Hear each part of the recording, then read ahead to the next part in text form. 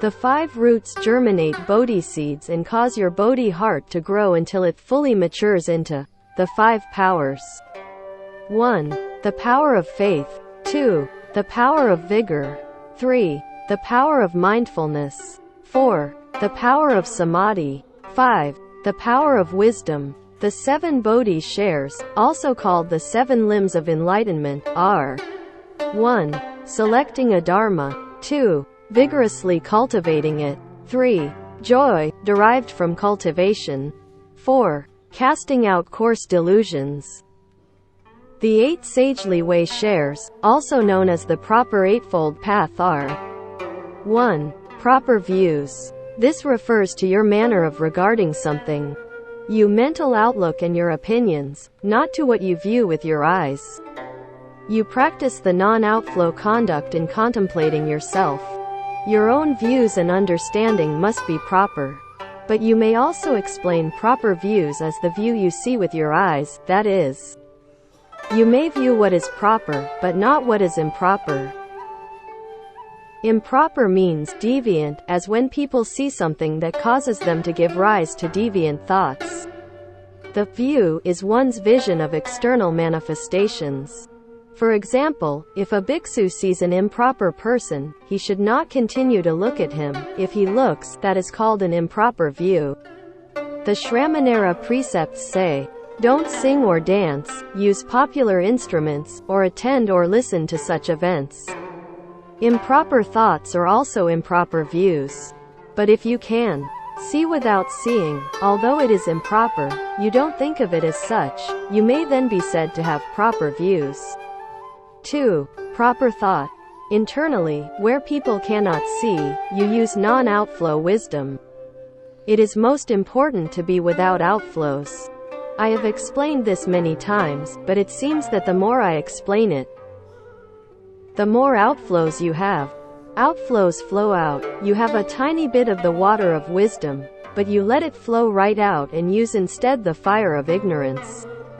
There is nothing more wonderful in heaven and earth than the Dharma door of no outflows, and yet you still take no notice of it. Even if Sakyamuni Buddha himself appeared, if you had outflows, he couldn't take you across. To be without outflows, you must be free from improper knowledge, be without improper views, and have no sexual desire. If you have sexual desire, you have outflows. With no sexual desire, you have no outflows. Just this is proper thought. If you have desire, you have outflows. If you have no desire, you have no outflows. Proper thought belong to the mind. Do not give rise to evil thoughts in the mind. 3. Proper speech.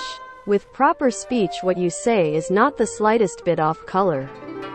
Your speech is completely correct. If someone speaks improperly to you, you should think of it as proper. This is pure mouth karma.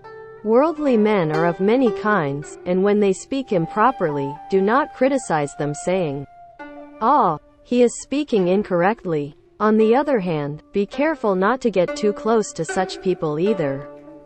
Proper thought is pure mind karma, and proper speech is pure mouth karma. 4. Proper action. Proper action refers to pure bodily karma. Use non-outflow wisdom to discard improper bodily karma, specifically sexual desires. I can't make it too clear, I can't say it too frankly.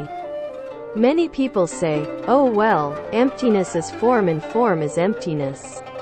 And they casually play around. This is improper action.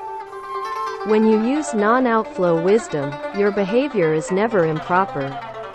People with improper wisdom are not intelligent enough to behave properly. But they can do evil things, things involving men and women, miraculously well, better than anyone else. Proper action is purity of the body. Proper action, proper speech, proper thought mean purity of the karmas of body, mouth and mind. 5. Proper livelihood. Proper livelihood refers to any livelihood which does not fall within the 5 kinds of improper livelihood. A. Manifesting a strange style. "Look at me," says the great vehicle monk dressed in small vehicle robes. "I am special. You should make offerings to me. He is special, say the blind followers. He is probably a Buddha or a Bodhisattva, taking the gaudy rick-rack for a treasure. B. Speaking of your own merit and virtue. Do you know me? I have done many good deeds. I put a whole lot of money into building that bridge over there, and people walk back and forth on it. Because of my merit and virtue. I built a home for the aged and a school, and I established scholarships as well. I built a temple where I support several hundred Dharma masters, and I am acting as their Dharma protector. The merit and virtue is mine, all mine. They can get away with telling such stories to stupid people, but people with wisdom don't even have to hear what they are saying. They can tell by looking at them that they are just telling stories. C. Fortune telling. People consult an oracle. You should give me $1 million, he says, and do good deeds. If you don't, you will die tomorrow. $1 million isn't too much to pay for my life, the victim thinks, and so he gives, and the next day he doesn't die. Of course he wouldn't have anyway. But still he believes that he might have. Tomorrow, says the fortune teller, a very lucky thing will happen if you do a good deed today. Give 50 pounds of gold today and tomorrow you will get 500. 10 to 1 is not a bad ratio, the man says, handing him 50 pounds of gold. But the next day there is no gold, and he can't find the fortune teller either. And I thought I did met an immortal, he says. D. Shouting and bragging. When it isn't necessary, why shout? A certain Dharma master used to startle people by bellowing at them. People were impressed even though they had no idea what he was saying. His voice was very resonant, but what is the point of yelling? With many people present, you can speak a little louder. Otherwise you shouldn't yell. Why does a Dharma master shout? He doesn't know that it is one of the 5 improper means of livelihood. E. Speaking of your own offerings. I had the best lunch at layman so-and-so's house, he says, reciting the lunch mantra. I had white fungus, mushrooms. Another layman hears the mantra and can't take it. I did better borrow $100 and offer some vegetable to the Dharma master. He doesn't know that the Dharma master has transgressed the boundaries of proper livelihood by reciting the lunch mantra to move the layman's mind and obtain good offerings. 6. Proper vigor. This means bowing to the Buddha, reciting the Buddha's name from morning to night without resting. Strangely enough, if you go to chat with someone, the more you chat, the more energy you have talking, too much talking. But of what use is all your vigorous talking? It is improper vigor. Proper vigor means doing that which is beneficial, improper vigor involves doing that which is not beneficial. Such as being lazy with respect to the Buddha Dharma, but chatting more vigorously than anyone else. A person with proper vigor comes to listen to the sutras when they are being lectured, no matter how busy he is. One with improper vigor doesn't come, even though he has nothing else to do. Going to the movies, going sightseeing, going everywhere but to the temple to listen to sutras is called improper vigor. Hunting for the best place to go gambling is also improper vigor. 7. Proper samadhi. Samadhi, a Sanskrit word, means right reception or right concentration. Use non-outflow wisdom to cultivate samadhi, and no improper states will move you. If you could remember even one sentence of the sutras I have explained to you, then when the time comes you could use it. But you forget, and so you meet the state, are turned by it, and run after it. This is because you have no proper concentration, no proper samadhi. I know, you say, I know I don't have the proper samadhi. If you know you don't have it, then why don't you find a way to obtain it? People, if you tell them that they have made a mistake, they say, I know. If they know, why do they make such mistakes? 8. Proper mindfulness. Be mindful of non-outflow wisdom. Do not have outflows. No matter what, don't indulge in the slightest sexual desire. Having no sexual desire is proper mindfulness. Any thoughts of sexual desire is improper mindfulness. Someone once said, "That person is attracted to me. I can tell by the look in his eyes." If you didn't have sexual desire yourself, you wouldn't be looking into his eyes in the first place. Just what kind of thoughts are you having when you look into his eyes? If you didn't have sexual desire, you wouldn't know that he did. If you were clear, pure, spotless, and undefiled, how would you detect his desire? Speak up. If you know that others have desire, then you have it too, and, not having cut it off, your mindfulness is improper. You may explain these 8 sagely way shares any way you wish, as long as it is with principle. However, you can't just open your mouth and not know what to say. In explaining the Dharma, you must speak correctly and not deviate from the principle in the least bit. And dharmas such as these refers to the 4 applications of mindfulness. The 5 roots, the 5 powers, the 7 bodhi shares, the 8 sagely way shares, the 4 right efforts, and the 4 bases of supernatural power. 37 in all, the 37 wings of enlightenment. The 4 right efforts are: 1. Putting an end to evil which already exists. 2. Preventing evil not yet arisen from arising. 3. Bringing goodness which does not yet exist into existence. 4. Developing the good which already exists. The 4 bases of supernatural power are: 1. Zeal. 2. Vigor. 3. Mindfulness. 4. Thought. Sutra. Sariputra, do not say that these birds are born as retribution for their karmic offenses. For what reason? In this Buddha land there are no 3 evil ways of rebirth. Sariputra, in this Buddha land not even the names of the 3 evil ways exist, how much the less their actuality. Desiring that the Dharma sound be widely proclaimed, Amitabha Buddha by transformation made this multitude of birds. Commentary. Do not say that these birds came from one of the 3 evil realms. Why? In the land of ultimate bliss there are not even the names of the hells. The realm of animals, or the realm of the hungry ghosts. How much the less could such creatures actually exist? Then where did the birds come from? Wishing to spread the Dharma sound far and wide, with his vow power Amitabha created the Kalavinkas and all the other birds to help him. They come from his spiritual penetrations and transformations, not from the 3 evil paths. Unlike the birds in this world which are born in the realms of animals, they are transformations of Amitabha Buddha's Dharma power. Sutra. Sariputra, in that Buddha land when the soft wind blows, the rows of jeweled trees and jeweled nets give forth subtle and wonderful sounds. Like 100,000 kinds of music played at the same time. All those who hear these sounds naturally bring forth in their hearts mindfulness of the Buddha, mindfulness of the Dharma, and mindfulness of the Sangha. Sariputra, the realization of the land of ultimate bliss is thus meritoriously adorned. Commentary. Sariputra, said Sakyamuni Buddha, I'll tell you how it is in the land of ultimate bliss. The gentle breezes blow through small bells hanging from the 7 layers of netting on the 7 rows of trees.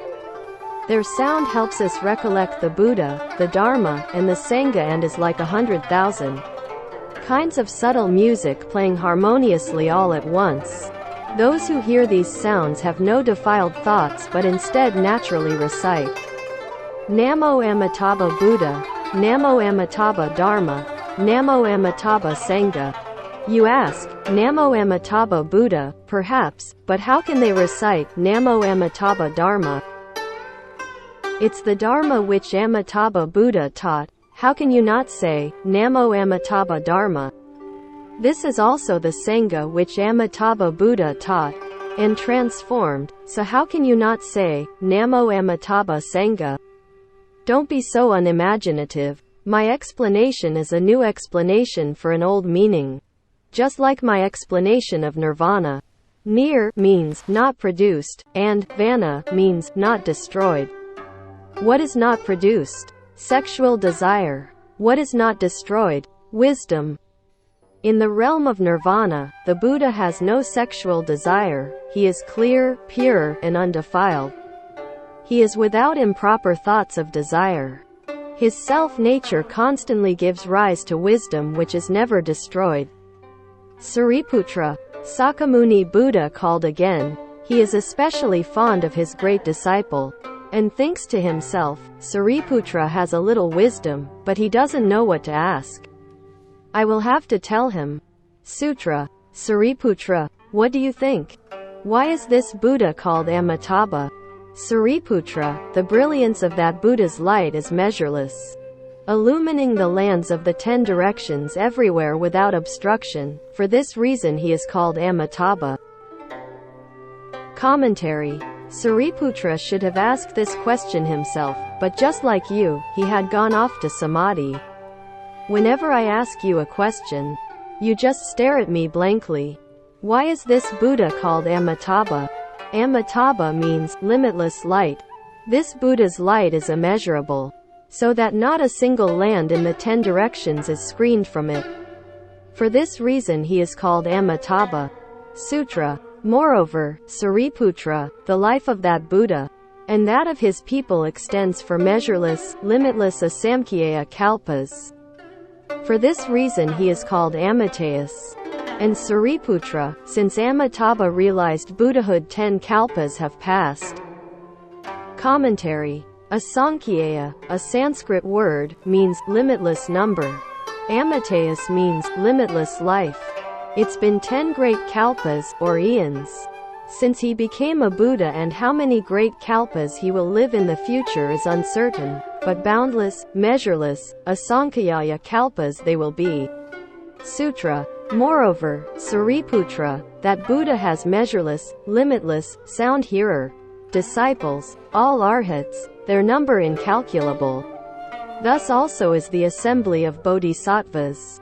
Sariputra, the realization of the land of ultimate bliss is thus meritoriously adorned. Commentary. In Amitabha Buddha's land of ultimate bliss, there are many sravakas, sound hearer, disciples who have certified to the attainment of non-outflows, and are all arhats without desire. You can't count them. The assembly of bodhisattvas is just as big.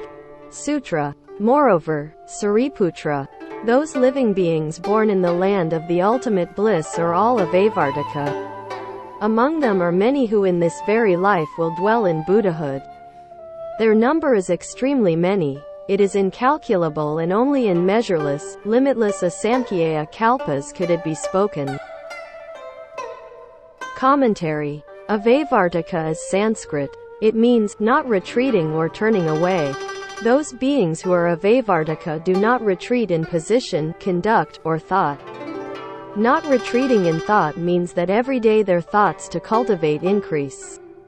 Not retreating in conduct means that day by day they work harder. And never say, I have cultivated for quite a while, it is time to take a rest. Taking a rest is simply retreating and turning away from anuttara samyaksambodhi, the utmost right and perfect enlightenment. Those who are avavartika do not retreat in their quest for bodhi. There are many living beings in the land of ultimate bliss who in this very life can step into the position of Buddhahood. Born in a lotus flower, in one life they can realize Buddhahood. How many such beings are there? You could never count them all. They can't be calculated or even estimated. All you can say is that, in limitless, measureless asamkhya kalpas, you could not name them all.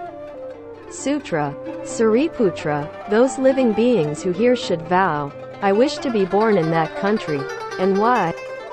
Those who thus attain are all superior and good people, all gathered together in one place.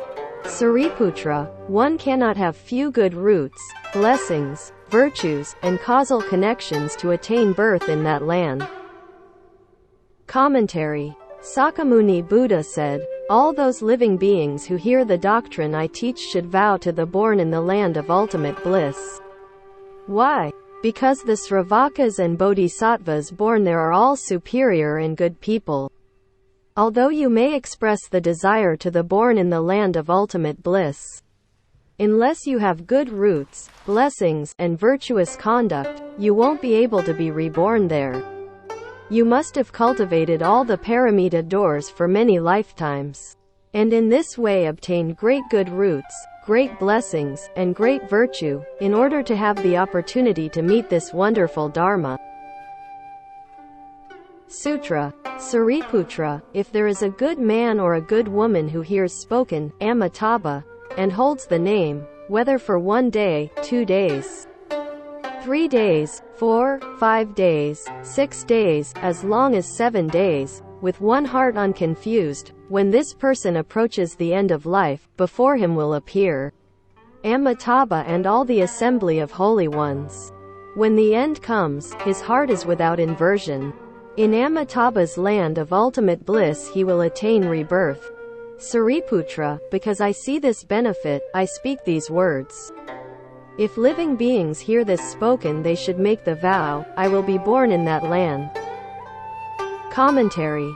Sariputra, said the Buddha, if a good man or woman, that is one who holds the 5 precepts and cultivates the 10 good deeds, hears the name, Amitabha Buddha, that person should hold to the recitation of Amitabha Buddha's name, just like holding something tightly in the hand.